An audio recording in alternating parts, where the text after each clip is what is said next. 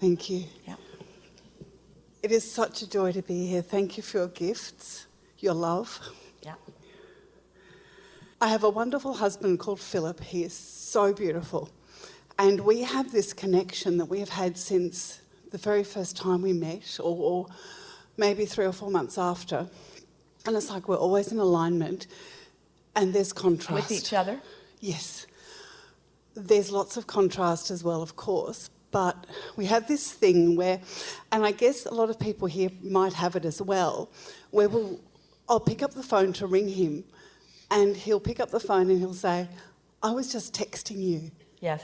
And we do it, we've been together 10 years, and we do it all the time. Yeah. And it's like it's just normal. Yeah.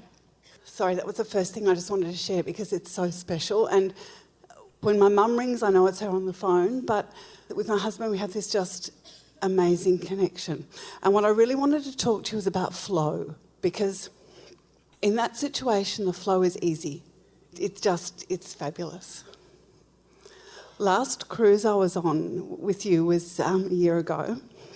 And when we were in Fiji, I got a text message from my boss saying, don't look for another job. Your contract finishes in a month, but the CEO has another job for you. It was in my vortex and it came. I didn't have to do anything active to make it come. So my current contract... Well, let's say that in a different way. It didn't require action. Yeah.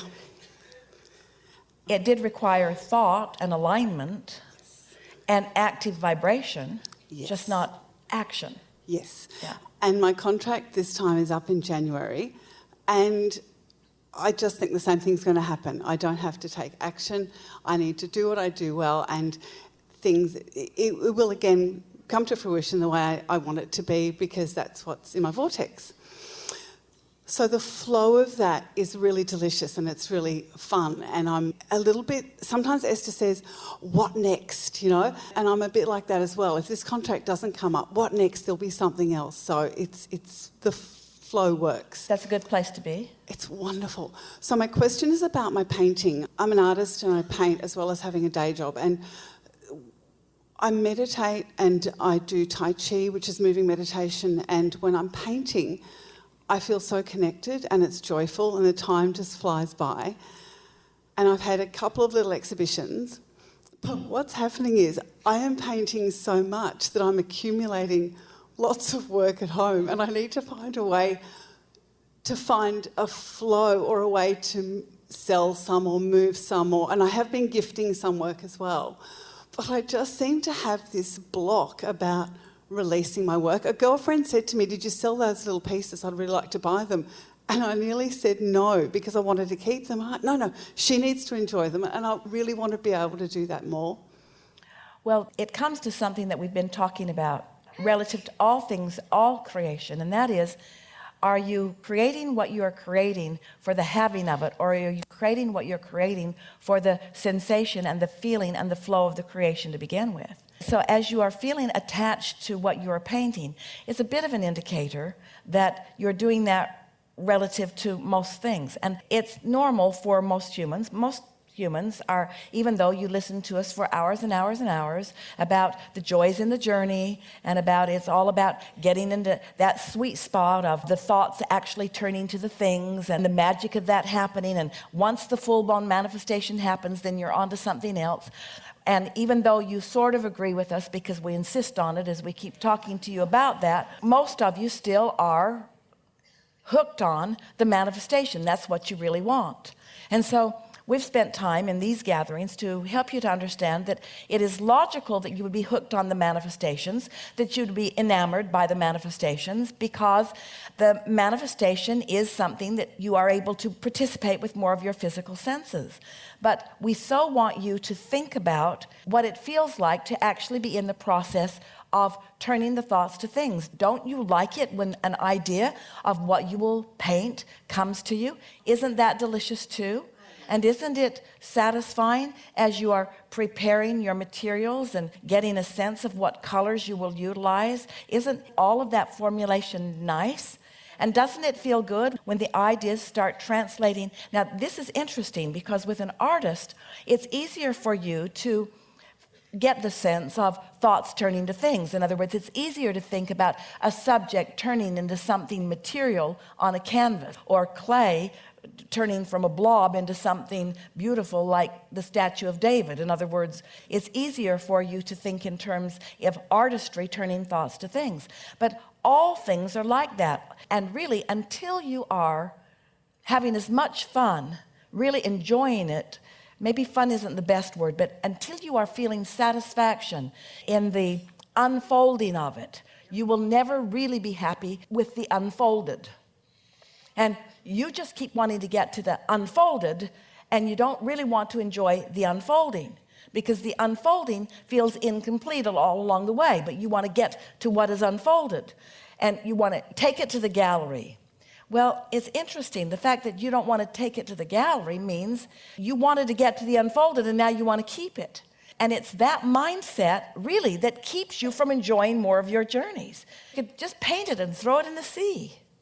For me, the joy is the feeling of the paintbrush on the canvas. And so I work with that and I have fun with it, and I just keep accumulating. So I guess maybe I do just need to throw them all out. But you see, this is what you're talking about is what so many are experiencing. You just keep accumulating. You just keep accumulating. You're accumulating stuff when what you really want is the flow, the experience of the flow. Yeah. Yes. So I'm wondering how I can enjoy the feeling of the paint on canvas, unless I just keep painting the same one piece over and over and over.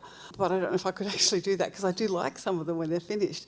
I'm wondering about the enjoyment of the... Well, we would just ask ourselves, just amplify for yourself, and by that we mean just focus so that the momentum gets faster. That's what amplification is. Just amplify your pleasure of the process. This discussion is so important, because if everyone were amplifying their pleasure of the process, that's what getting into a nice experience and then just milking it for all of the details will do for you. And that's kind of what I feel like I'm doing when I paint. That is actually what I feel like I'm doing. Wouldn't it be interesting if you could become so thrilled at the process that the outcome was irrelevant? Irrelevant in the sense that can keep it or not, can sell it or not, can give it away or not. But that's not what it was about. It was about this. And we've been doing that with money. Money comes and money goes. It's just the flow. We're not worried about where it sits or how long we hold it. It's about it comes and it goes and it comes and it goes. And that's just exciting. Yeah. And food. Yeah. So the flow in just about every other area has been really, it's just getting easier and more fun every day. Well, it has to do with the beliefs that you held about the paintings to begin with. In other words, did you paint to make stuff to sell? Did you paint to make stuff to give away? Did you paint to make stuff to store in a storeroom? Or did you paint because you like to paint? Did you paint because you enjoy the evolution of your process? Did you paint because you enjoy translating thoughts into things? Do you paint because it's fun to get better and better at it? All of that, yes. Esther looked at a gallery yesterday of some paintings that are highly regarded, highly priced. It was a collection. It wasn't for sale. And she tried so hard to find something that she wanted to buy in it and couldn't find anything. And she just walked away thinking, well, the joy was probably in their journey, because the outcome doesn't appeal to me at all. And we want you to even be able to feel that way about your own catalog, about your own exhibit. There they are, and you're really not tied to them in any judgmental way. They were just fun to do. And when you really mean that, the artists who are just having fun singing are the ones that have figured out life the way they have meant it to be. It's not about what's unfolded, it's about the unfolding. Good time for a segment of refreshment.